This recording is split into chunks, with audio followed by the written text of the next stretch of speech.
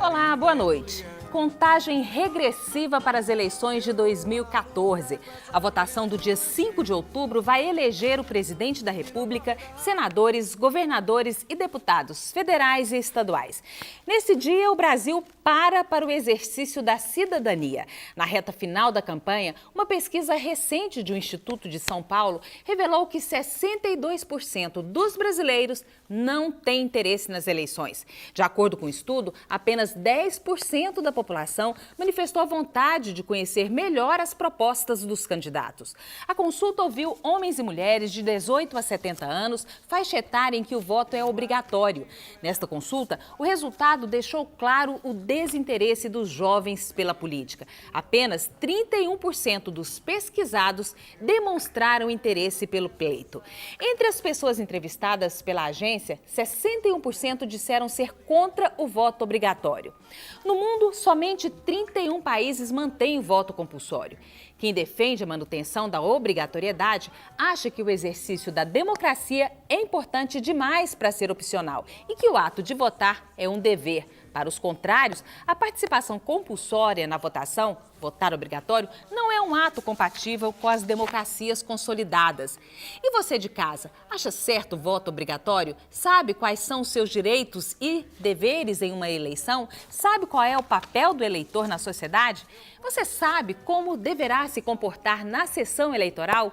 Eleitor Cidadão é o tema do Sobre Todas as Coisas ao vivo desta noite que está começando. Olá, Fernando. Olá, Suzete, boa noite. Boa noite. Boa noite você de casa também que está nos assistindo. Lembrando que a Suzete falou, estamos ao vivo hoje, segunda-feira, 29 de setembro. Para participar desse tema, convidamos o assessor de imprensa e de comunicação do Tribunal Regional Eleitoral, Brasil Nunes. Prazer recebê-lo. Boa noite. Boa noite, obrigado pelo convite. Convidamos também o advogado Flávio Buanaduce Borges. Ele é conselheiro estadual e diretor-geral da Escola Superior de Advocacia do OAB Goiás. É atual coordenador do movimento Eleições Limpas da Ordem dos Advogados do Brasil. Boa noite, Flávio. Seja bem-vindo. Boa noite, Fernando, Suzete. Prazer estar aqui com vocês de novo. E aqui ao meu lado está o cientista político Luiz Signates. Ele é jornalista, professor, doutor em ciência da comunicação e ninguém melhor do que ele para falar sobre esse atual momento no qual estamos vivendo as eleições. Boa noite, professor. Seja bem-vindo também. Boa noite. Um prazer enorme estar com vocês. E você de casa sabe que pode mandar a sua participação pelas nossas redes sociais. Tem o nosso e-mail, sobre todas as coisas, tv@hotmail.com. Tem o nosso Facebook, que está online, nosso Twitter. E também tem o nosso telefone, 3201-7708. Eu quero começar refletindo um pouquinho sobre esse resultado dessa pesquisa, que é um estudo recente, um trabalho recente agora, né, na reta final das eleições. Vocês ficaram assustados com isso? Eu, particularmente, fiquei muito. 62% não tem interesse na eleição. Só 10% procuraram conhecer o programa de governo dos seus candidatos e por aí vai, né? E 31% não demonstraram interesse nenhum pelo pleito. Vou começar ouvindo o Brasil. Eu acho uma situação triste porque o cidadão tem que participar do que vai acontecer no nosso país. Mas eu acho que também isso é devido à corrupção, os escândalos que acontecem no dia a dia. E as pessoas, infelizmente, acho que não participar desse momento tão importante seria uma forma, talvez, de protesto, não sei. Uma descrença. Uma descrença mesmo. Mas eu acho que tem que participar, tem que conhecer. Eu acho que a lei da ficha limpa tem mudado muito com relação a essa situação. Hoje você vê um candidato ser barrado por ficha suja. E eu acho que estamos no caminho, estamos aprendendo a votar e eu acho que nós vamos chegar lá. Flávio. Eu acho que, na verdade, isso é um reflexo. Não é? É uma leitura do que a população tem sentido em relação aos processos eleitorais anteriores. É um total descrédito, realmente, por parte do cidadão, na hora que ele não tem interesse em saber quem são os candidatos, não tem vontade de votar, não quer saber quais são as propostas. Eu acho que isso tem uma consequência do que o brasileiro vem vivendo e vivenciando nos últimos anos. Agora, isso é um processo de amadurecimento, nós temos que passar por isso. Nós estamos num momento realmente de amadurecimento. E, infelizmente, esse momento está a transparecer exatamente essa tristeza por parte do cidadão brasileiro em relação aos políticos. Isso volta e traz à baila toda a discussão com relação à reforma política, não é? Se é o momento ou se não é o momento, qual é a sensação desse eleitor na hora que ele fala para todos nós assim, olha, eu não tenho vontade de votar porque não acredito em ninguém. Isso é um descrédito do próprio processo e do próprio sistema. Pois é, ele não tem vontade de votar, mas ele é obrigado a votar. E se ele não votar, porque ele não se interessa por política, ele vai ser governado por aquele que gosta da política e se candidatou, né, professor? Eu tenho uma visão um pouquinho diferente sobre isso. Primeiro que isso não é um fenômeno brasileiro, isso é um fenômeno mundial. Se você fizer uma pesquisa na Dinamarca, que é um país de primeiro mundo, não tem problema social nenhum, você vai ver que mais ou menos esse percentual de dinamarqueses sequer sabe quem é que governa o país, não conhece o primeiro-ministro. Nos Estados Unidos, o presidente da República, lá o voto é facultativo, o presidente da República costuma ser eleito, quando muito bem votado, por 30% a 40% da população. É um fenômeno mundial o desinteresse da política. E ele advém de um problema estrutural da organização da sociedade. Ele advém do fato de nós vivermos mundialmente uma cultura capitalista que privilegia o privado em relação ao público. As coisas da vida privada, você vencer na vida, ter emprego, ganhar dinheiro, ter o salário no final do mês, dar conta da família, as coisas da vida privada são, na nossa cultura, muito mais importantes do que as coisas compartilhadas de vida pública. Mas isso não é incoerência, já que a eleição ela define muito desse modo de viver de cada um? Não, sim. Se você perguntasse para mim, eu considero que as questões de natureza pública são muito mais importantes do que as coisas de vida privada. Eu considero que um político, alguém que a gente eleja para nos governar, ele, pelo fato de uma canetada que ele der tocar na vida de todos nós, isso é muito mais relevante do que qualquer outra coisa, mas não é a cultura que a gente vive.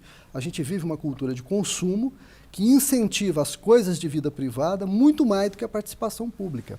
E é mundial esse fenômeno. No Brasil se complexifica um pouco mais, porque aqui existe de maneira muito mais séria uma ideia de que política e de que o Estado é uma terra de ninguém, feita para pessoas que são desonestas roubarem e se locupletarem.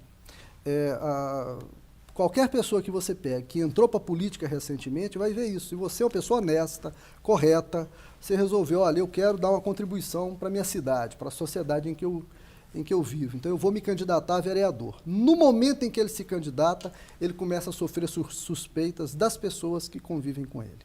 Isso faz parte da natureza específica, do modo como se enxerga a política no Brasil. Advém das questões de corrupção e tudo.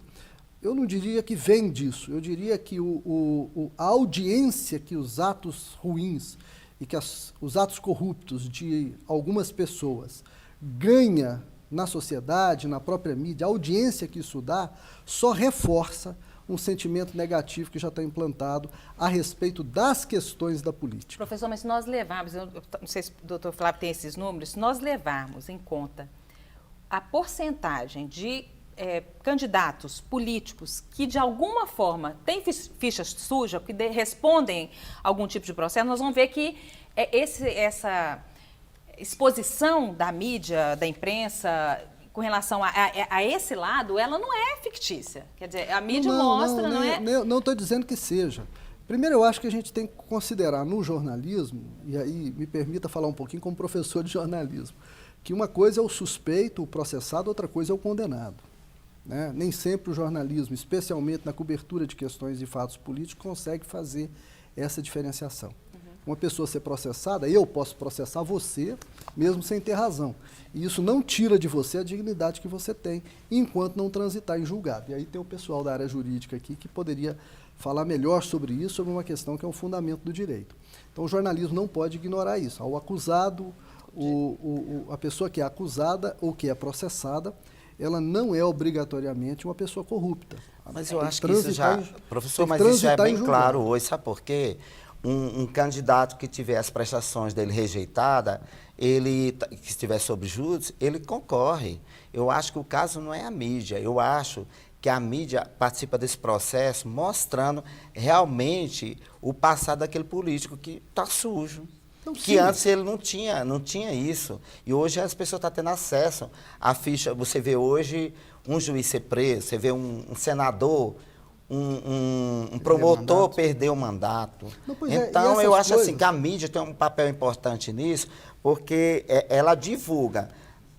Mas ela mesma explica que ele ainda tem condições de se defender. Eu acho que nessa questão... Mas querendo até É só uma corroborar. questão de imagem, mas o que eu estava dizendo é uma questão de uma visão, uma cultura que aprendeu a enxergar a política como uma coisa negativa, ruim. como uma atividade ruim, como uma atividade de gente que não presta. Realmente. É Associação muito imediata. nesse sentido. É muito nesse Mas, sentido. infelizmente, é o que a gente vê. Se um filho nosso se revela uma pessoa honesta, uma pessoa muito boa, a gente vira para ele e fala assim, meu filho, poxa, você é um coração tão bom, você tem que ir para a política. A gente fala isso na nossa cultura? Pelo Não contrário, fala. não entra na fala. política, meu filho. Não entra na política e na polícia você vai se sujar. É desse jeito que é a nossa cultura. Mas Então eu só estava me entendi. referindo a isso. Tá. Eu só O que eu estava me queria referindo. corroborar, na verdade, e voltar na primeira fala do senhor, que tem a ver com o que nós estamos falando. Eu acho que há uma grande diferença entre descrédito e desinteresse.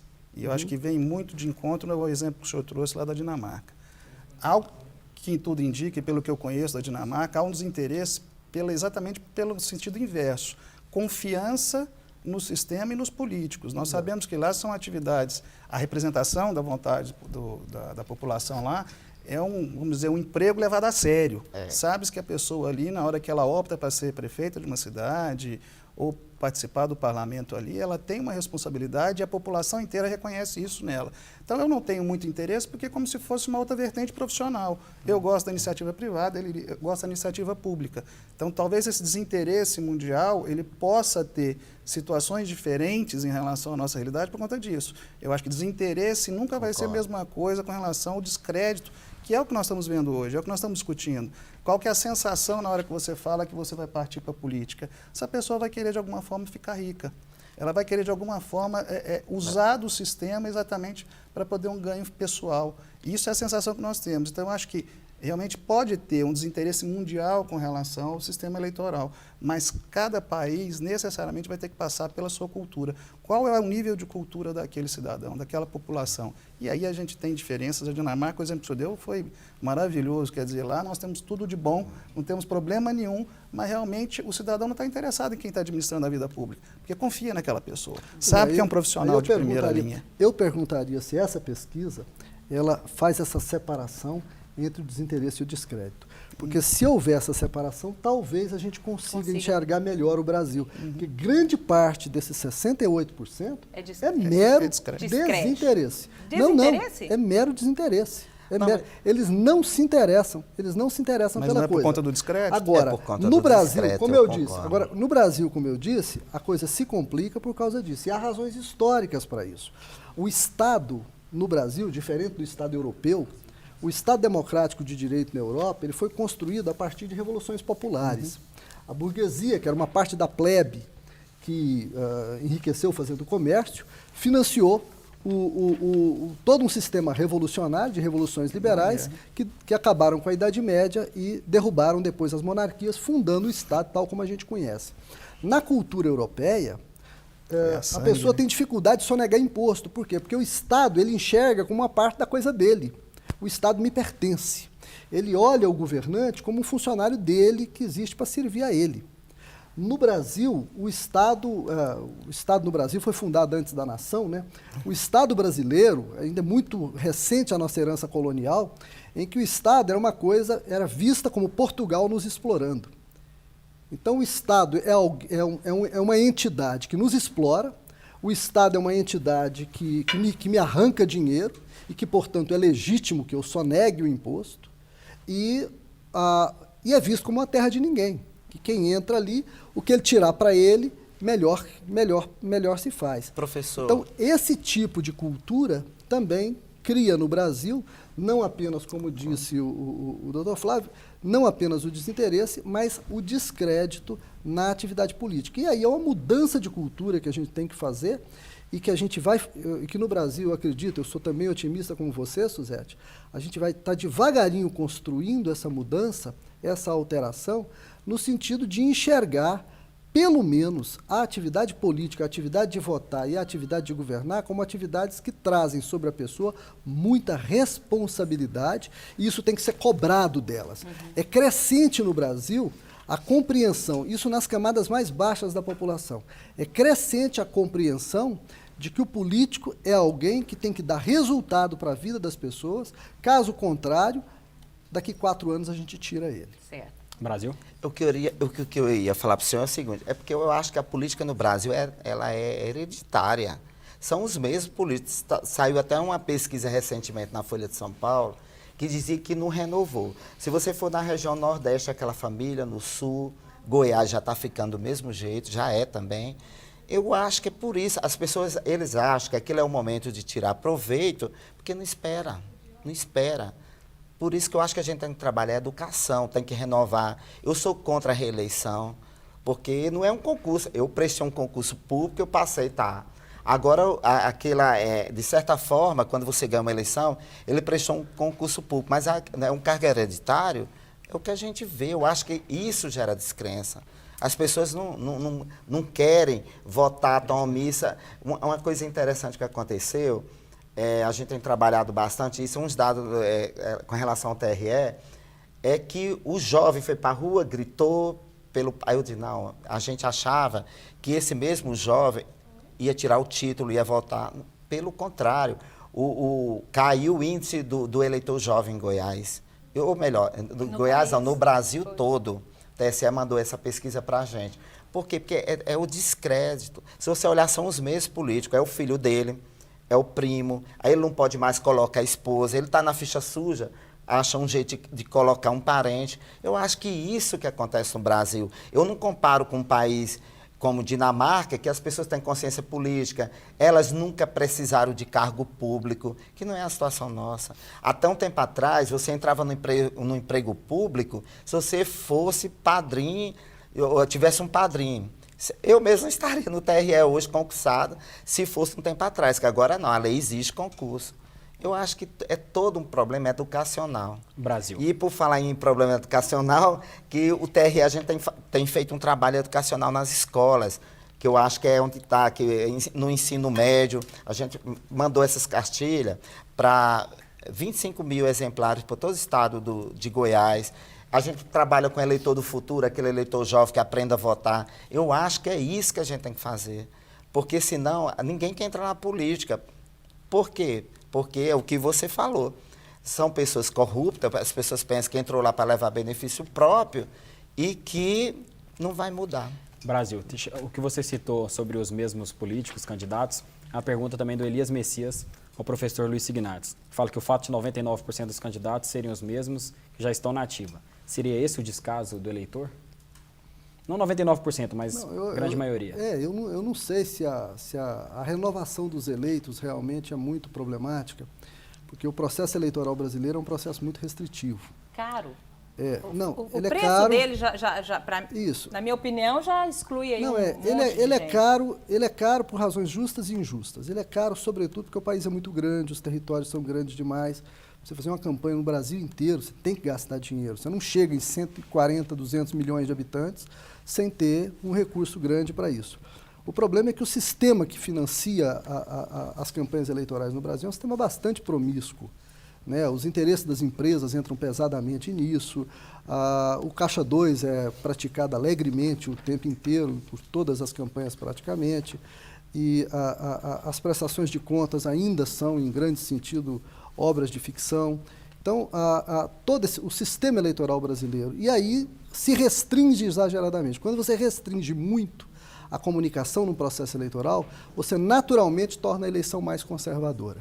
Por quê? Porque as pessoas que já são conhecidas por conta do exercício de seus cargos, elas já têm naturalmente a propensão de serem votadas. Por quê? Porque é quem o eleitor conhece. É quem o eleitor sabe a história. As pessoas que entram recentemente na política têm que fazer um esforço extraordinário para se tornarem conhecidas. E aí precisa ter muito dinheiro para fazer frente àqueles que já são conhecidos. Aí você tem como os processos de comunicação são excessivamente restritos, as possibilidades que ele tem, por exemplo, de se tornar conhecido, por exemplo, qual a possibilidade que um candidato a governador hoje, que nunca foi candidato a governador, ele tem para estadualizar o nome dele, para tornar o nome dele simplesmente conhecido no estado inteiro. Ele não pode fazer isso antes do 5 de julho da campanha eleitoral. Ele tem 2 a 3 meses para fazer isso. Vai fazer nunca. Então, o que os candidatos mais nanicos têm feito? E aí a gente pode citar na campanha aqui do Estado de Goiás, Antônio Gomide, do PT, Vanderlan. Utilizam uma campanha eleitoral para estadualizar o nome, para tentar viabilizar na próxima campanha eleitoral. Isso é um problema da legislação, é um problema das restrições. As pessoas são impedidas de se tornar conhecidas e torna a eleição conservadora. Deixa eu chamar o nosso primeiro intervalo comercial, lembrando que você ainda pode fazer pergunta através das nossas redes sociais e daqui a pouco a gente vai ver o que as pessoas nas ruas pensam sobre esse assunto. Já, já. Eleitor cidadão é o tema do Sobre Todas as Coisas desta noite. Agora nós vamos ver o que as pessoas nas ruas pensam sobre esse assunto. Fernando foi conferir.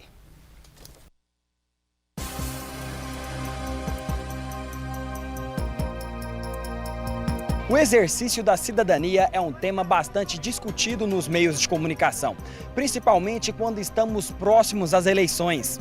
Muito se tem discutido sobre a responsabilidade do cidadão em relação ao seu voto. Mas será que a população tem consciência política nesse período? A consciência é o que mais falta, principalmente consciência de nação, consciência social, política e eleitoral. O pessoal tem consciência política, né? Falta honestidade só, dos dois lados, do lado do candidato e do eleitor, né? Falta muita consciência, falta educação política, na verdade, desde os pequenininhos até os maiores. As pessoas não procuram se informar, né? Votam sem ter conhecimento, muitas pessoas votam em branco. As pessoas votam sem dar interesse no próprio voto. Você vê, as pessoas colocam às vezes no Facebook que está vendendo voto, que não sei o quê. Votam em pessoas que às vezes não vai trazer nenhum benefício para a sociedade. A atual situação do nosso país, ela demanda uma mudança mais séria da postura do indivíduo. Tem que mudar desde baixo até em cima. O cara está sem consciência até do que ele está fazendo na rua, ele joga o papel para fora, ele faz bagunça para todo lado. Você acha que essa questão de ser obrigado a votar é uma questão de cidadania ou não? Qual a sua opinião? A obrigação no Brasil não tem jeito de mudar. Se o voto for facultativo, ninguém vai comparecer às urnas para votar. Não, não obrigatório. Facultativo. Vota se quiser. Eu não votaria hoje. Não precisava ser obrigatório o voto. Só vai lá votar quem realmente quer votar e acompanha o horário político, enfim. Votar é exercer a cidadania? Na minha opinião, é. Extrema importância. O cidadão minimamente exerce o direito de escolha de quem vai representá-lo, de quem vai administrar o país. É exercer a cidadania, mas tem que ter consciência. Não adianta ir lá e votar, não está cumprindo seu papel. Tem que, além de votar, tem que acompanhar os seus políticos.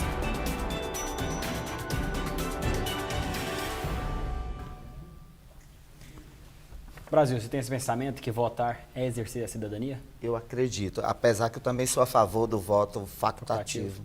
Eu acho que é mais democrático. Se estamos falando de democracia, o voto tem que ser facultativo. Mas também eu acho que a opinião das pessoas na rua condiz com o meu pensamento. Eu acho que tem que educar. Temos que educar a gente. Você não pode, se você não tiver conhecimento, você não pode escolher. Infelizmente, é o que eu penso. E na opinião de vocês, o eleitor brasileiro sabe votar?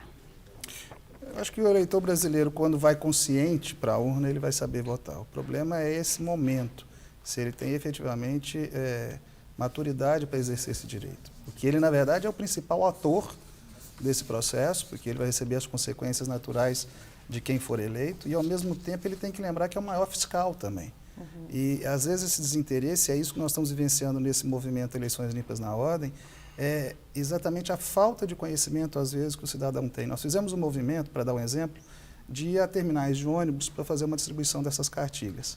Porque uma coisa é você trabalhar com o público da advocacia, que, em tese, teria um nível de conhecimento maior. Eu falei, não, vamos naquela pessoa mais simples, mais humilde para ver. E levamos essa cartilha, que nós estamos distribuindo já há mais de 30 dias, 40 dias, para ver qual que era a sensação dessa pessoa. E não foi uma vez, 2 vezes ou 3 vezes que a pessoa chegava e ficava surpresa. Falei, nossa, mas eu posso denunciar?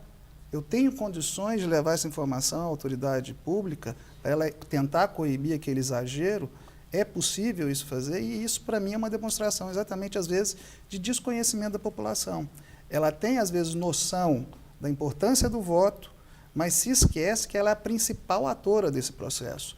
Ou como fiscal, e eu acho que aí sim deveria ter uma grande participação da sociedade, fiscalizando efetivamente o processo, mostrando o que ela quer ou que não quer, né, na hora que houvesse uma denúncia, e no momento da urna, que é o que você me pergunta, será que ela tem maturidade? Acho que maturidade sim, mas desde que esteja imbuída do que esse processo, do que esse voto representa. Muitas vezes o voto obrigatório leva aquele eleitor sem ter esse comprometimento. Ele vai simplesmente para exercitar uma obrigação, sabendo que senão amanhã ele não consegue um financiamento bancário, ele vai ter um problema mais sério por conta exatamente da ausência dele no processo eleitoral. Pois é, mas se o eleitor não fosse obrigado a votar, nós vimos aí, eu acho que se a gente fizer uma pesquisa aqui mesmo, a gente vai ter esse número, pouca gente iria votar. Aí eu fico pensando, se você não vota, você não exerce, você não aprende, você não cobra, aí o desinteresse é ainda maior. Na opinião, Signácio, na sua opinião, o voto no Brasil tem realmente que ser obrigatório? Posso contribuir para o professor poder falar?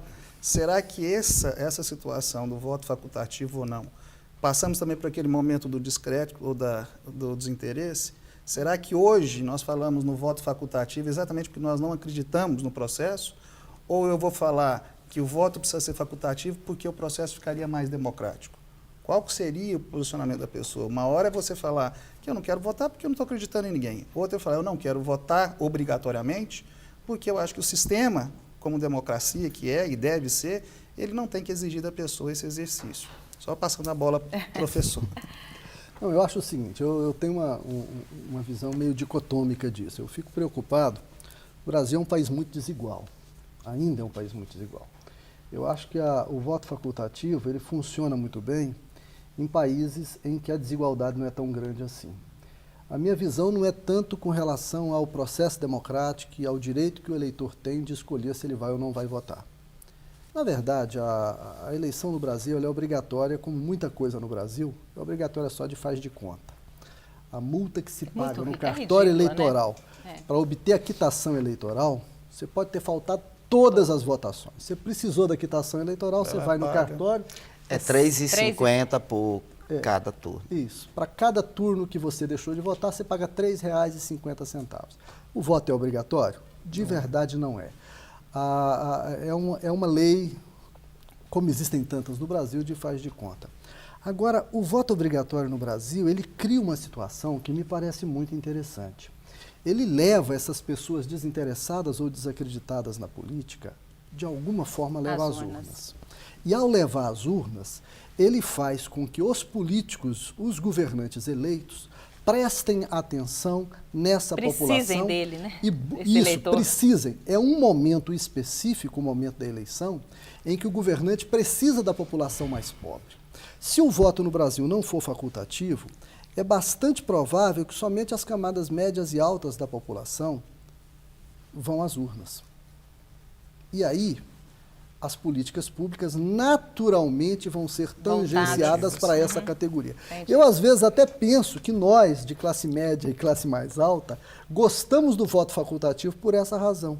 Por causa que no Brasil, especialmente nos últimos anos, os governos têm tido uma atenção cada vez maior para processos de distribuição de renda, para benefícios de população mais pobre, e em grande sentido quem tem pago a conta somos nós. Nós pagamos os impostos e somos pouco beneficiados pelos serviços públicos, enquanto que essa população, se não tiver serviço público, é mais difícil ela sobreviver.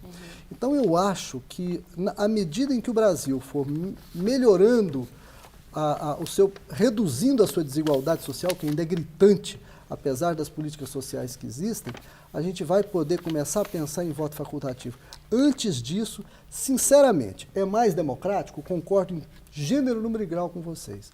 Mas eu não sei se é oportuno, por conta da necessidade que nós ainda temos de fazer com que os nossos governantes prestem atenção naquele eleitorado de baixa renda que, com descrédito, com desinteresse, vai às urnas e vota neles ou contra eles. Mas nós não estamos, nessa hora, vendo uma sofisticação no trabalho do político em relação a esse eleitor? Eu concordo com o que o senhor fala, mas o que a gente tem sentido ultimamente, visto ultimamente, na verdade, são os políticos procurarem não esse eleitor, e sim os líderes. Ou seja, você tem hoje negociado, cada dia que passa mais, com lideranças. Como ele não consegue chegar, às vezes, àquela pessoa mais humilde, mais distante, procura quem é o líder da comunidade, numa associação de bairros, o que quer que seja, e faz uma negociação direta com esse líder. E esse líder faz o trabalho depois, que, a meu ver, não é de convencimento, e sim de força na imposição daquele candidato. Mas, de alguma forma, ele está procurando a sociedade, porque aquele líder é um representante da sociedade.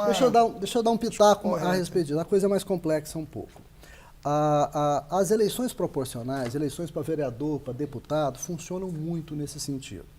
Quer dizer, são as lideranças específicas das regiões, aquelas que quase que elas como que autorizam determinadas entradas de candidatos ou não, de nomes de candidatos ou não para serem votados. Mas as eleições majoritárias não funcionam dessa forma. Você pode conversar com prefeitos, governadores, presidentes e ex-presidentes da República. O Brasil hoje vota contra ou a favor os governos conforme o desempenho das políticas públicas. A campanha eleitoral e a própria mídia têm um poder bastante limitado em relação a isso. A gente pode ver no Brasil hoje, grande parte da mídia paulista, da grande mídia brasileira, bate cotidianamente no governo federal, bate cotidianamente no governo do PT.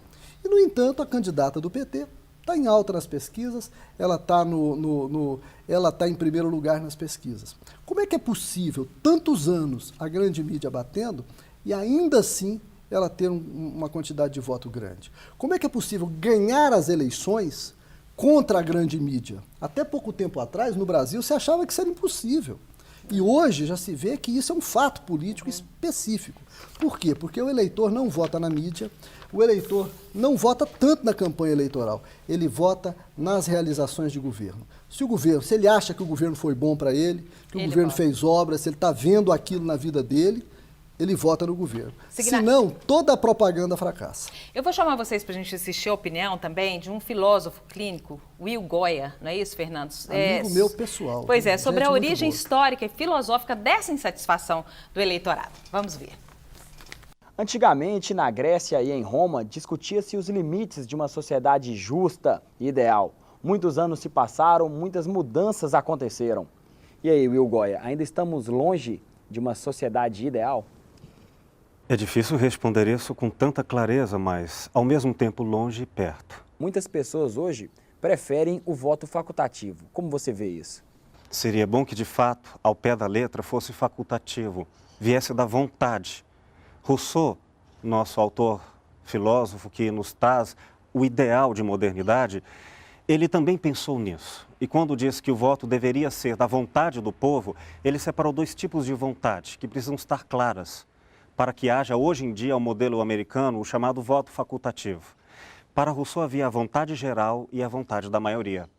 A vontade da maioria, no mundo moderno, individualista, é a vontade de cada um pensando em si mesmo, que corresponde ao imediato, ao desnecessário, ao fútil.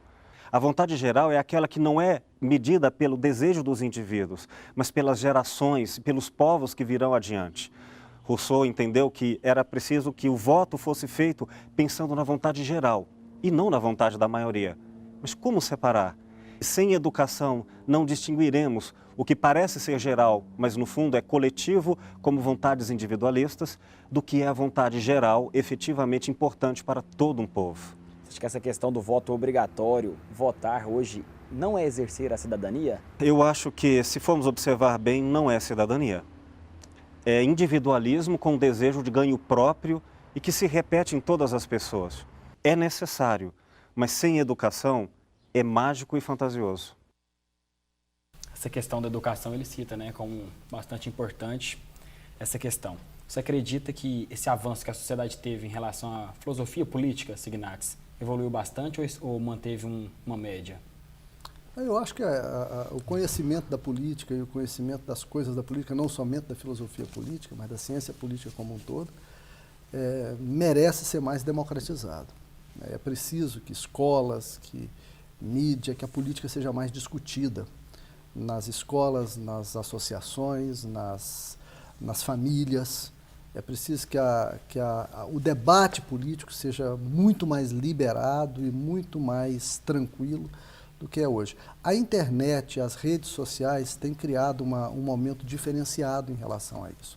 Eu tenho acompanhado nos últimos anos, desde o surgimento do Twitter, que eu tenho acompanhado o desenvolvimento da política nas redes sociais. A cada eleição que passa, a participação, e participação ativa mesmo, debate, entrechoque de opiniões e de posicionamentos, e nesse entrechoque naturalmente entram as categorias profissionais contratadas pelos candidatos para fazer as defesas e os combates, e aliás tem muito mais combate do que defesa na internet. O fato da internet não ser coibida pela legislação tem facultado que a internet se torne o grande lugar do debate político hoje. É lamentável, assim, que a internet não é tão inclusiva quanto outras formas de comunicação. Mas o fato dela ser completamente livre, ou pelo menos quase completamente livre, faz com que ela seja um lugar importante do debate político hoje. A gente está vendo isso nas eleições. Ok. Vamos colocar agora algumas participações do Joviano de Anápolis, pergunta para o Brasil. Qual o método que o TRE usa para conferir as contas, o quanto os candidatos gastam na campanha política? Essa é uma pergunta bastante técnica. Tem uma seção lá do TRE chamada Prestação de Contas, que em cima da legislação ele tem que passar por esse processo. Mas se ele entrar no site do TRE e conheça Manual do Candidato, que explica bastante isso. Basta jogar TRE no Google. Se ele dá uma olhada lá, que ele vai, porque é um assunto mais complexo e a gente ia demorar muito ficar falando esse assunto. E eu não iria dominar também. Eu acho que ele entra, está bem acessível, um linguajar bem simples, que ele vai entender como é que faz. A gente vai chamar o intervalo, eu quero entrar um pouquinho nessa questão, porque eu acho que tem uma coisa que não é simples no Brasil, é a legislação eleitoral. Eu acho que a gente tem evoluído com algumas coisas. O TSE tem feito um trabalho enorme de tentar traduzir essa linguagem para o eleitor, mas eu acredito que um pouco desse desinteresse ou dessa falta de vontade de participar também seja um pouquinho dessa dificuldade que o eleitor encontra em entender como é que funciona o nosso sistema eleitoral. Vamos para mais um intervalo, voltamos já já. Último bloco do Sobre Todas as Coisas, o Fernando vai colocar agora a participação dos nossos telespectadores. Marcolino Felisberto, do bairro Capoava, Goiânia. Ele fala: com a urna eletrônica, é possível nos dias de hoje ainda exista o voto de cabresto controlado pelos políticos desonestos através das mídias sociais? Eu acredito que não. Signates? Não, voto de cabresto não. Agora, as influências locais sobre o voto existem sim, mas essas não tem problema nenhum, não. O voto de cabresto era aquele em que o político juntava as pessoas e levava na urna e a pessoa às vezes... Conta-se que no coronelismo as pessoas nem sabiam em quem que elas votavam. Conta-se até uma anedota que diz que uma vez um capial virou para o político lá e falou assim: eu posso saber em quem que eu estou votando? E o coronel disse para ele: mas você não sabe que o voto é secreto? Então, esse é o voto, especificamente o voto de cabresto. A mídia acabou com isso, diluiu bastante, especialmente nas regiões muito urbanizadas, de grande densidade populacional. Esse voto é difícil de ser controlado. E as redes sociais ampliam. Mas quanto mais discussão e liberdade tiver, mais esse eleitor vai ter isso que a gente está chamando de consciência, mas nem sempre a gente sabe o que seja. Armando Cardoso, Jardim Guanabara, ele diz que a política no Brasil não é uma questão de cultura, mas sim de falta de ética e conduta dos nossos representantes políticos. E o Edivaldo, do senador Canedo, parabeniza o programa e parabeniza você, Signates, que é um conhecedor amplo deste tema.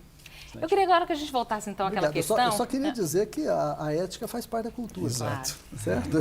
A gente tem ainda umas perguntas de telespectadores, dúvidas que eles têm com relação a isso, mas antes da gente colocar, eu quero ver rapidamente a opinião do Dr. Flávio sobre isso. A nossa legislação, ela é complicada? Ela é complicada, com certeza ela é complicada. É o que eu falei, eu acho que o nível de complexidade, de sofisticação que a legislação tem exigido hoje dos candidatos é muito grande. E é uma tentativa exatamente de coibir os exageros, né? Então, realmente, você tem criado uma série de amarras e os estudiosos falam que aquela festa cívica que a gente via antigamente, numa eleição, ela acabou hoje. Na verdade, você não tem uma festa cívica, com exceção das carreatas, né? Que a gente vê, às vezes, tem uma movimentação maior. Enquanto não proibir, e vai proibir, se eu não me engano, você não tem mais esse tipo de coisa. Então, você tem essa limitação. Mas por que você tem essa limitação? por conta exatamente dos exageros, não é? E ou para equilibrar um pouquinho a questão financeira, como o Brasil dizia aqui para a gente, né? O equilíbrio é em função dos exageros, né, que você necessita dar. Tá certo. Vamos ouvir a primeira pergunta do nosso telespectador. Bom, eu gostaria de saber se é proibido ou não colocar cavalete em via pública. Brasil? A legislação, ela limita, desde que não atrapalhe a passagem do pedestre, também a visibilidade do motorista e, em hipótese alguma, em árvore. E tem o horário que é limitado, ela pode das 7 da manhã às 10 da noite. E esse horário o político é obrigado a tirar. Mas na próxima eleição já está proibido. Se Deus quiser, não entra mais. Outra já pergunta. está na próxima. Queria saber qual a diferença entre voto branco e voto nulo. Na verdade, não tem. É só a forma de exercitar aquele, às vezes, o voto de protesto. Agora, para cômputo da eleição, não há diferença nenhuma. Aquele voto não é contado, não é contabilizado de forma alguma. Ou seja, a pessoa simplesmente vai optar se ela vai anular o voto, digitando um número ali que não está cadastrado, e aí vai evitar a contagem dela, ou simplesmente apertar o branco lá e falar, olha, estou votando, mas não estou escolhendo ninguém. Mas eles falam que um deles vai para o partido, não? Não, você tem um voto por legenda, esse é possível, você pode fazer isso só no partido, e você aí sim tem a possibilidade. O que se fala, na verdade, o voto por legenda, por consequência, né, que você está falando, perdão, exatamente. Quando você vota nulo ou em branco, é porque na hora que você está evitando de fazer uma opção de escolha daquele candidato, naturalmente você está dando margem para aquela pessoa que está sendo votada, por maioria, vai ser eleita, né? Então é uma consequência mais indireta, você não está, se beneficiando ou prejudicando ninguém. Tá certo. Outra pergunta. Eu queria saber o que é ficha limpa. Que é ficha limpa? Eu vou deixar para o doutor explicar melhor a legislação. Ficha limpa, na verdade, é aquele candidato que não teve condenação em segundo grau. Ou seja, qualquer tipo de procedimento que foi aventado, no caso das contas de campanha, aprovadas, que eles têm que ter e têm que apresentar por 2 oportunidades antes da data da eleição. Então, é aquela pessoa que já teve alguma condenação a nível de segundo grau, que nós falamos, ou seja, já é uma segunda análise feita por um órgão competente que impõe uma sanção àquele candidato. Esse candidato é o dito ficha suja. O ficha limpa é exatamente que não tem esse tipo de condenação nesse nível. Foi um grande avanço para a nossa...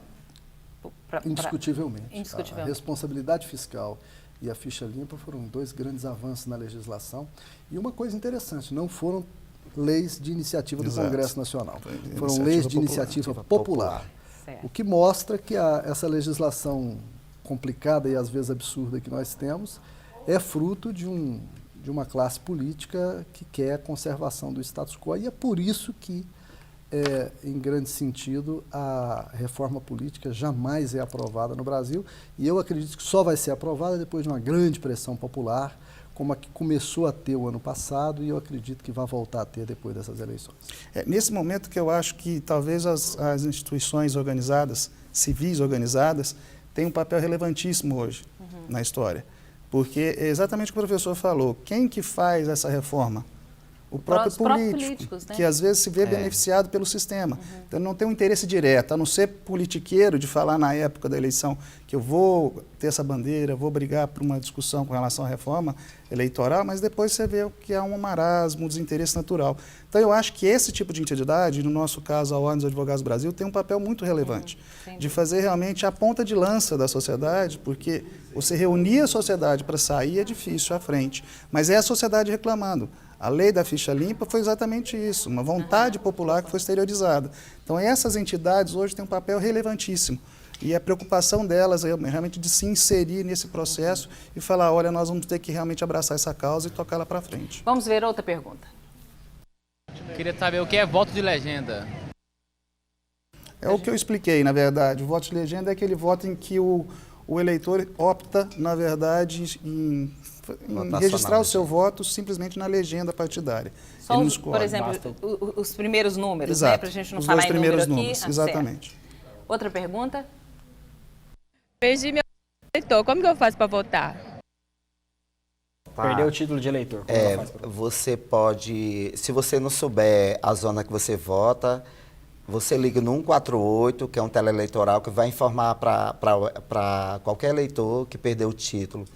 E se ela souber a zona eleitoral que ela vota, ela tem que comparecer com um documento com foto, pode ser carteira de identidade, passaporte ou carteira de motorista. Todo mundo ele pode não fica sem votar. Ele não fica sem votar. Se ele perdeu o título, se ele não achou na hora de correr lá para a sessão, liga no nosso teleeleitoral, que nós estamos com uma equipe de 55 pessoas trabalhando diariamente, inclusive sábado e domingo, que vai nos auxiliar, que vai auxiliar essa pessoa onde votar, qual é a sessão dela, se o colégio dela mudou, ou qualquer informação. Se ela tem pendências judiciais e também fazer denúncias sobre irregularidades políticas. Dá um pouquinho de trabalho, né? Porque eu já vi também uma pessoa que tinha esquecido o título de eleitor, mas... Dá um trabalho, mas ele vota. Certo. É só ele ligar com antecedência no TRE. Também está disponibilizado no site do TRE, ele pode consultar. Certinho. A participação aqui do Antônio Constante de Paraúna. Ele fala que é contra a reeleição, a política tem que abrir portas para os novos políticos e jovens do Brasil, e ele é a favor, sim, do voto obrigatório. Certo. Dá tempo ainda de mais uma participação, uma pergunta? Bom. Por que o brasileiro não acredita na política? Signados, para a gente encerrar, temos 2 minutos para encerrar o programa. Por que o brasileiro não acredita? Foi o que a gente esteve discutindo desde o começo, né? O brasileiro ainda não acredita na política, mas eu acho que com o processo democrático ele tem acreditado cada vez mais. Ele pode não confiar nos políticos, ele pode não dar aquele crédito todo para os políticos, mas ele sabe muito bem que a eleição faz parte do processo democrático, ele sabe que na eleição ele escolhe e ele sabe as consequências que essa escolha tem e opera essas escolhas conforme os interesses privados ou os interesses coletivos a que ele tem acesso dentro da realidade da circunstância em que ele vive. Signados, o voto facultativo, a pergunta aqui da Antonieta Salles chegou agora no nosso e-mail, ele não facilitaria a compra de votos? O voto facultativo? O voto facultativo ele possibilita com mais... A compra de voto ela é mais rentável com o voto facultativo, porque espera-se que o universo dos eleitores vai se tornar bem menor, ou seja, cada voto vai valer muito mais. E aí comprar voto vai ficar um negócio muito melhor do que hoje. É um direito ou um dever votar? É as duas coisas na minha visão. É um direito porque faz parte do processo democrático, é o exercício da cidadania, e é um dever pelo fato de ser obrigatório, pelo menos na letra da lei. Do Brasil, dever ou um direito? Brasil? Doutor Flávio, perdão. Não, também concordo com o professor, na verdade. Eu acho que é um direito e um dever, não querendo ser repetitivo, mas é natural, na verdade, a pessoa sentir essa obrigatoriedade de representar a vontade sua através de um candidato que vai ser eleito e, ao mesmo tempo, um direito de ser exercitado. Eu acho que isso na verdade, é uma coisa que nós acabamos adquirindo, conquistando com o passar do tempo, exatamente a facilidade e a possibilidade desse cidadão se inserir no processo eleitoral. Brasil. Eu concordo com os colegas aqui e eu acho também que é bom votar, você está escolhendo as pessoas que vão assinar as leis para o futuro do seu país, dos seus filhos. Eu acho que é um momento importante. Não perca essa oportunidade de escolher o seu candidato. Nós todos iremos às urnas no dia 5 e vamos exercer esse direito e vamos usufruir, né, dessa possibilidade que nós temos de escolher os nossos candidatos. Gente, muito obrigada, foi um prazer conversar com os 4 jornalistas e um advogado sobre um tema tão polêmico e gostoso desse. Foi muito bom. Obrigada, Brasil. Obrigado. Dr. Flávio, Signates, foi um prazer recebê-los. Fernando, boa noite. Boa noite, Suzete. Boa noite a você, telespectador, que participou com a gente. O reprise do Sobre Todas as Coisas no sábado volta a ser às 7 da noite, porque acabou o horário lá, já terá encerrado o horário eleitoral, não é isso? E na próxima segunda a gente volta. Uma boa noite para você e até lá.